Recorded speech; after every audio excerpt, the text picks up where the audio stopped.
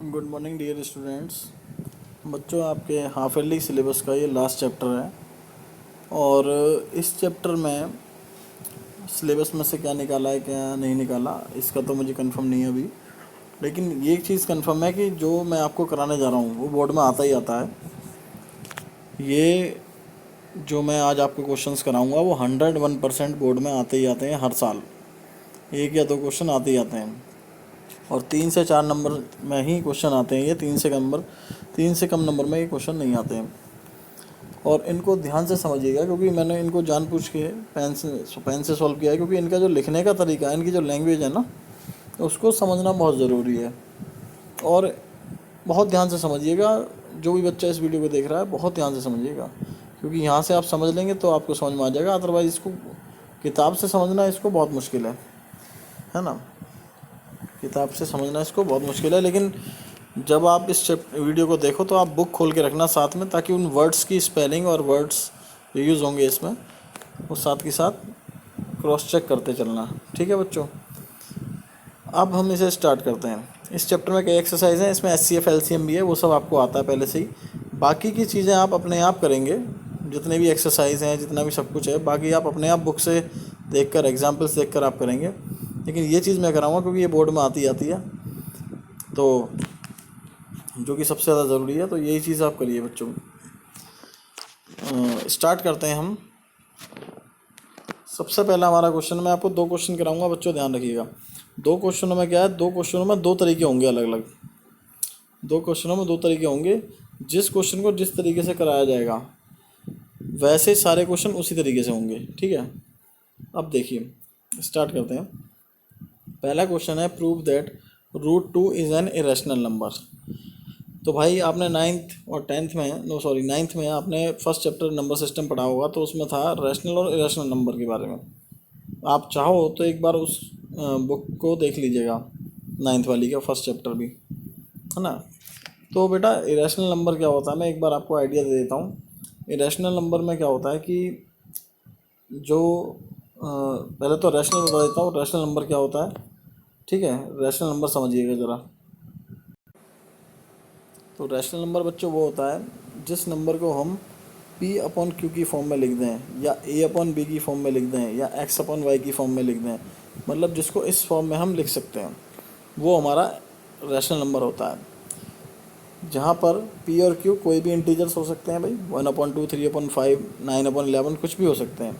ठीक है, तो इसकी फॉर्म में जिसको हम लिख देंगे नंबर को, वही हमारा रैशनल नंबर होगा।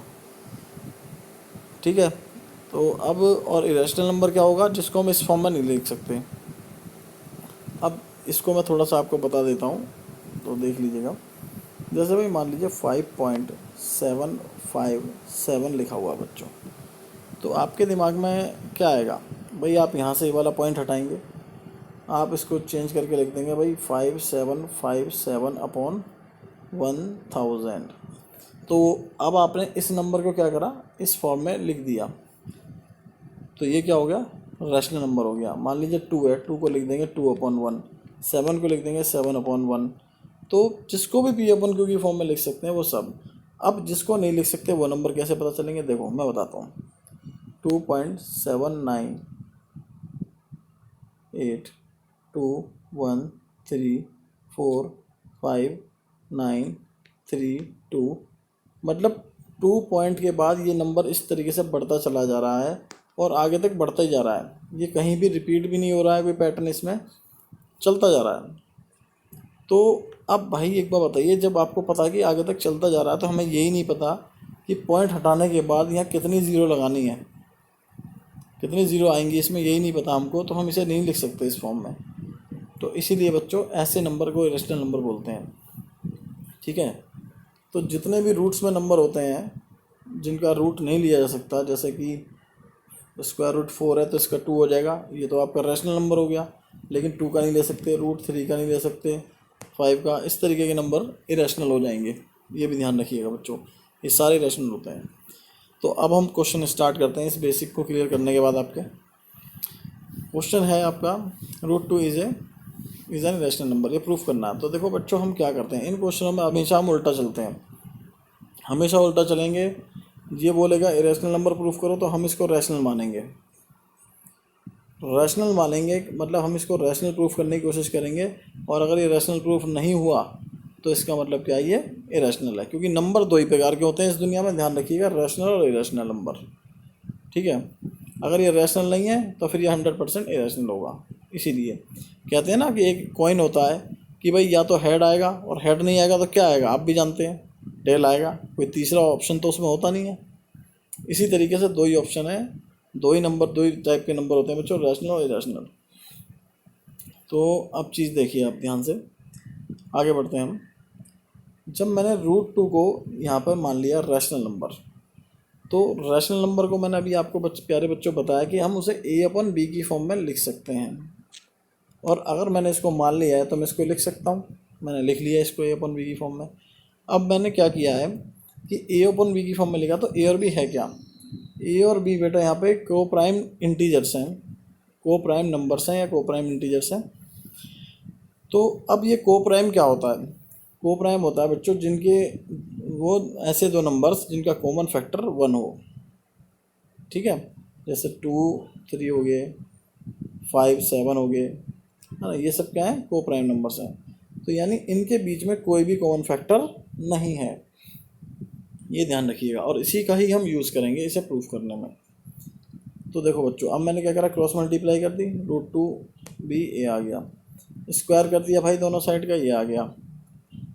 उसके बाद आगे चले प्यारे बच्चों, तो यहाँ पर आ गया वी कैन सी।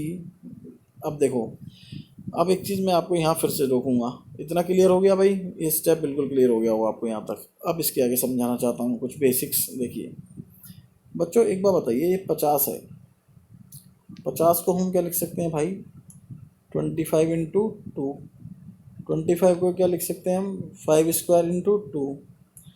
अब एक बार बताइए भाई मुझे, जब मैंने इसके फैक्टर करे तो 5 स्क्वायर इंटू 2 आ गया। किसी भी नंबर के फैक्टर्स, यानी किसी भी नंबर के फैक्टर्स उस नंबर को डिवाइड करते हैं, ये आप भी जानते हो बच्चों। भाई ये 50 के फैक्टर्स हैं, 5 5 और 2, तो 5 से भी डिवाइड करके देख लो, 25 से करके देख लो भाई, 2 से करके देख लो, सबसे डिवाइड हो जाएगा 50। यानी किसी भी नंबर के फैक्टर्स उसको डिवाइड करते हैं, और इसके फैक्टराइजेशन करके हमने ऐसे लिख दिया। तो एक बार बताओ बच्चों, यहाँ पे ए स्क्वायर की वैल्यू क्या है, 2b स्क्वायर, ए स्क्वायर की वैल्यू 2b स्क्वायर है। तो हम ये मान सकते हैं कि भाई ए स्क्वायर के फैक्टर्स 2 और b स्क्वायर हैं, और अगर ये फैक्टर हैं इसके, तो इसका मतलब क्या है कि 2b इसको डिवाइड करेगा और b स्क्वायर भी इसको डिवाइड करेगा, 2 स्क्वायर भी डिवाइड करेगा, ठीक है ना, 2 भी डिवाइड करेगा ए स्क्वायर को। तो बच्चों देखो, वी कैन सी मैंने यहाँ लिखा हुआ है लैंग्वेज में, मैं इस लैंग्वेज को मैंने अपनी तरफ से लिखा है, तो इसलिए इसे ध्यान से करिएगा बच्चों, अपने उसमें कॉपी में लिख लीजिएगा। We can see that 2 is a factor of a square. 2 हमारा ए स्क्वायर का फैक्टर है, क्योंकि मैंने अभी बताया आपको 50 का एग्जाम्पल लेके। सो ए स्क्वायर इज़ डिविजिबल बाय 2, तो इसका मतलब ए स्क्वायर को 2 डिवाइड करेगा, और ए स्क्वायर को डिवाइड करेगा बच्चों, तो ए आल्सो डिविजिबल बाय 2। अब किसी भी नंबर का स्क्वायर अगर किसी 2 से या किसी से डिविजिबल हो रहा है, तो वो नंबर भी उससे डिविजिबल होगा। जैसे मान लीजिए मैं ये कह सकता हूँ बच्चों, 25 है, 25 को लिख सकते हैं 5 का स्क्वायर, 5 का स्क्वायर लिख सकते हैं हम। तो एक बार बताइए भाई, ये 5 से भी डिवाइड होगा और 25 से भी डिवाइड होगा, ये 25 जो है, यानी ये समझ रहे हैं ना आप, कि ए स्क्वायर अगर 2 से डिविजिबल है तो ए भी 2 से डिविजिबल होगा, ठीक है ना, समझ गए ना बच्चों।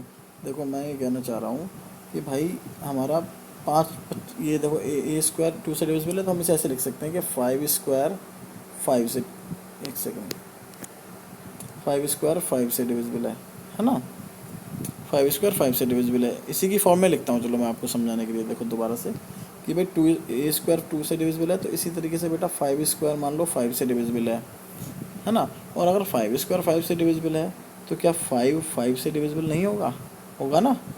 तो इसी तरीके से बेटा मैंने लिखा हुआ है कि अगर ए स्क्वायर 2 से डिविजिबल है, तो ए भी A is also divisible by 2।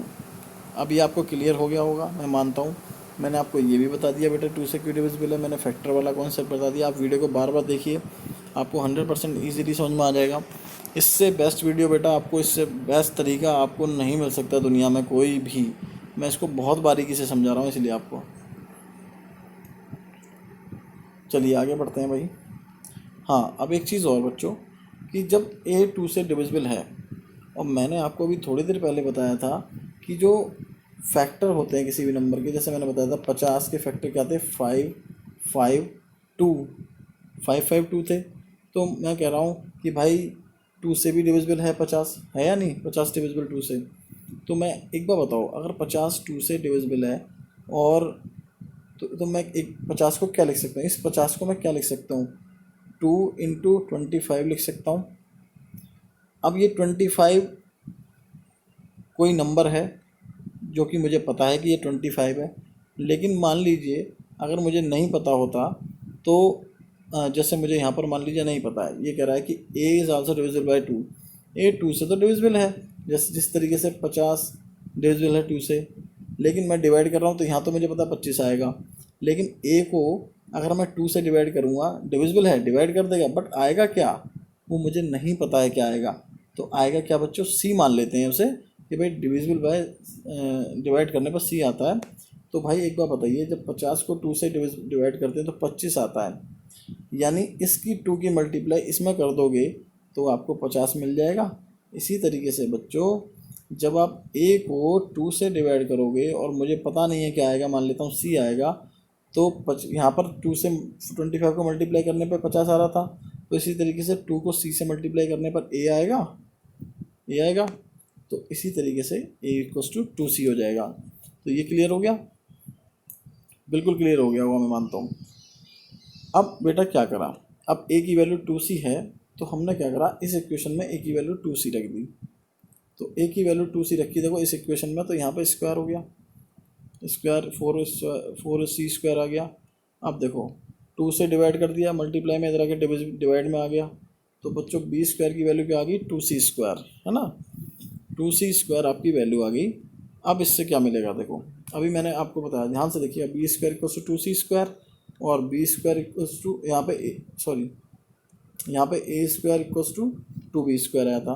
तो बेटा एक बार बताइए, मैंने यहाँ पे बताया था ना कि ए स्क्वायर आपका डिविजिबल होगा 2 से, तो ए भी डिविजिबल होगा 2 से, है ना, आपको ऊपर बताया था। इसी तरीके से बेटा similarly b square is divisible by 2, therefore b is also divisible by 2।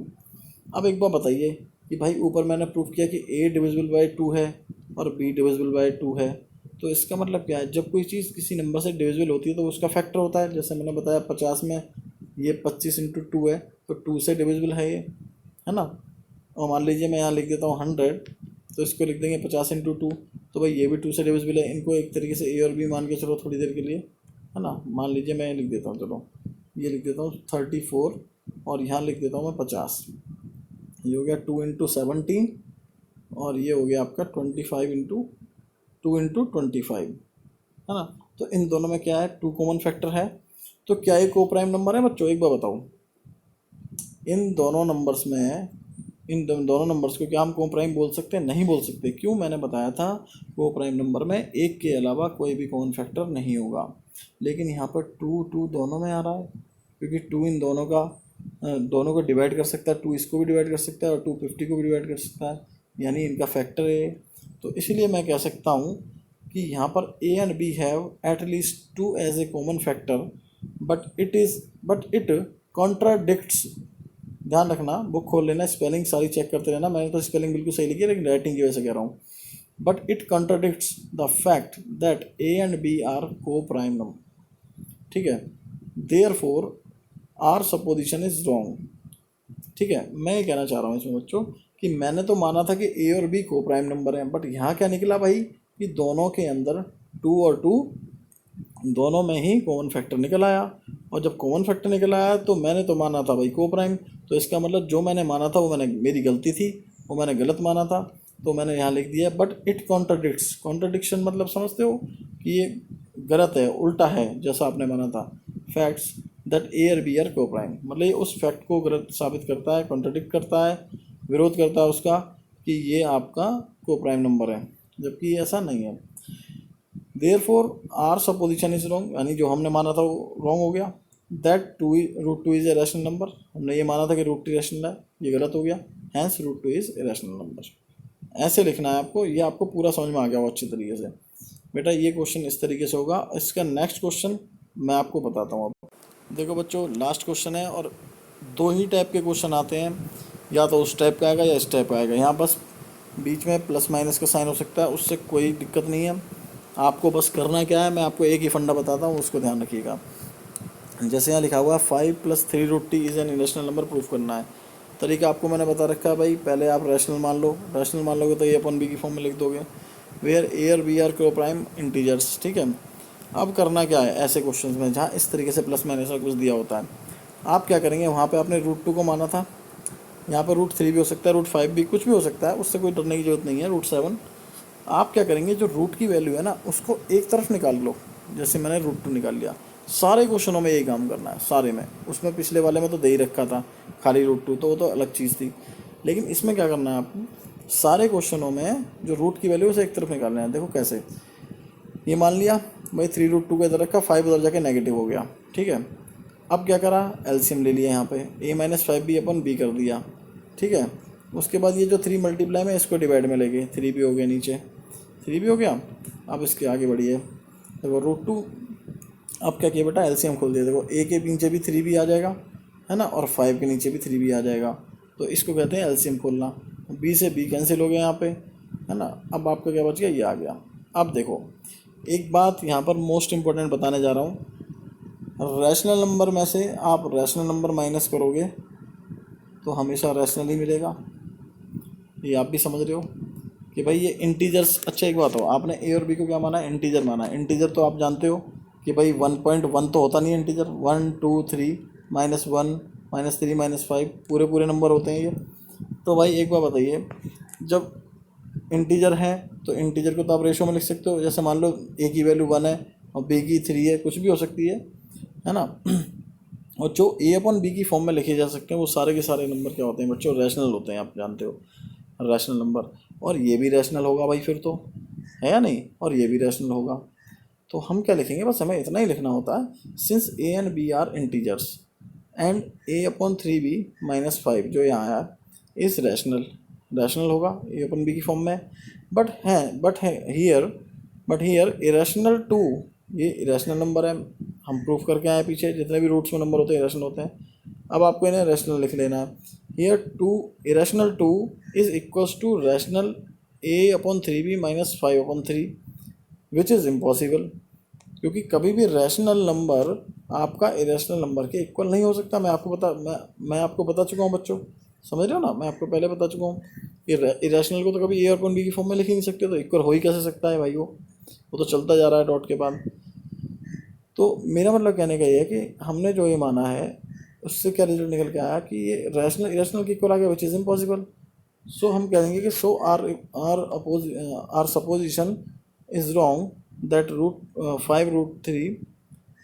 5 + 3√2 is a rational number. जो हमने रैशनल नंबर मांगा वो सपोजिशन रॉन्ग हुआ, it is an irrational number. बस इतना ही लिखना है, ठीक है, अच्छे से करिएगा। चलिए, थैंक यू।